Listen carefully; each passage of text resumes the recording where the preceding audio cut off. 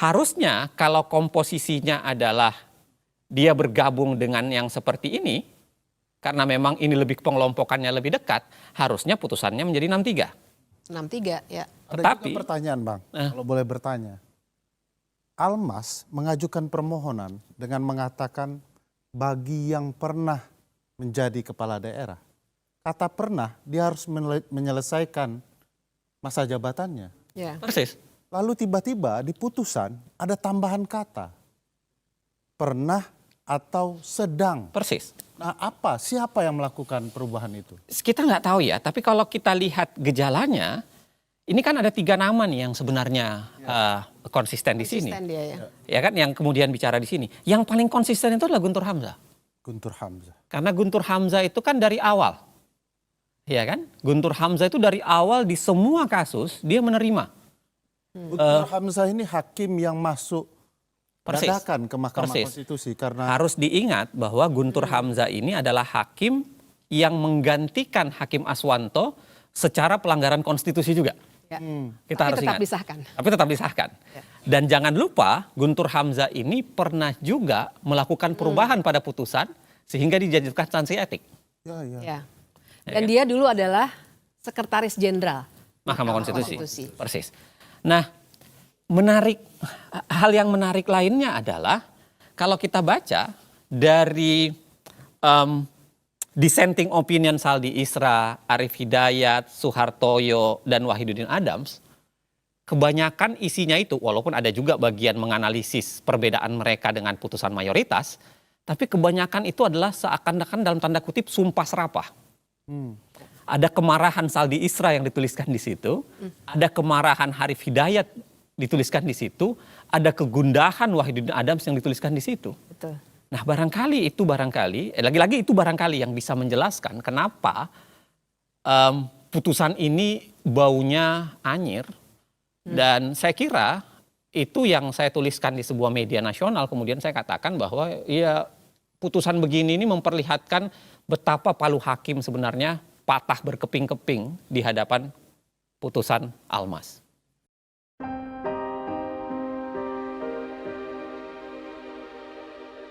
semua rencana ini tidak didesain dalam semalam, juga tidak didesain sendirian. Sebagian besar rencana kecurangan yang terstruktur, sistematis, dan masif untuk mengakali pemilu ini sebenarnya disusun bersama dengan pihak-pihak lain. Mereka adalah kekuatan yang selama 10 tahun terakhir berkuasa bersama.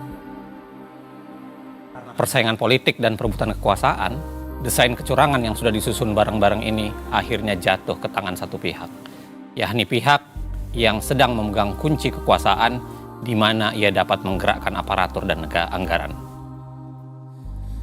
Tapi sebenarnya ini bukan rencana atau desain yang hebat-hebat amat. Skenario seperti ini dilakukan oleh rezim-rezim sebelumnya, di banyak negara, dan sepanjang sejarah. Karena itu untuk menyusun dan menjalankan skenario kotor seperti ini, tak perlu kepintaran atau kecerdasan. Yang diperlukan cuma 2, mental culas dan tahan malu.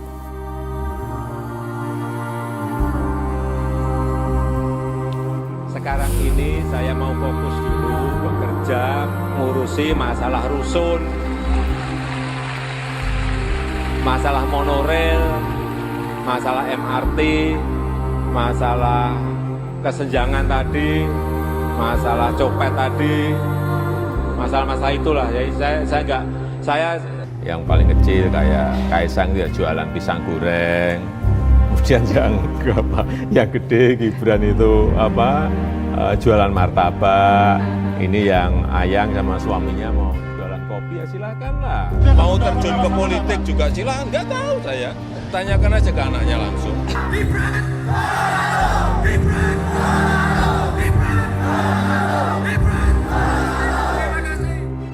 Rapat pleno terbuka penetapan pasangan calon wali kota dan wakil wali kota terpilih dalam Pilkada Kota Medan tahun 2020 hanya dihadiri pasangan nomor urut 2 Bobi Nasution Aulia Rahman. Buat Pak Prabowo dan Mas Gibran.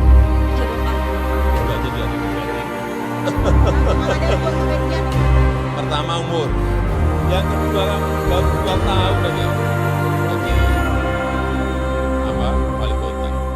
Saya tidak ada niat, tidak ada juga berminat menjadi presiden 3 periode.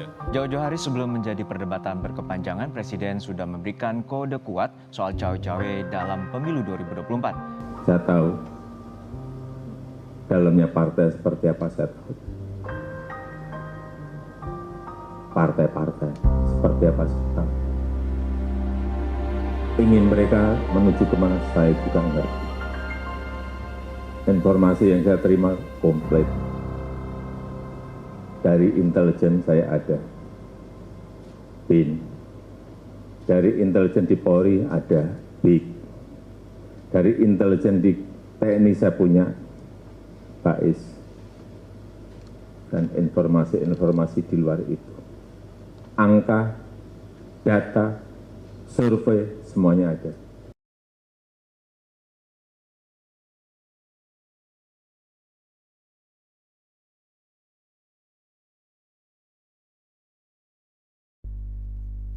Informasi disebut-sebut di film Dirty Vote, Bawaslu klaim bekerja sesuai undang-undang. Saya kutip dari CNN Media, teman-teman.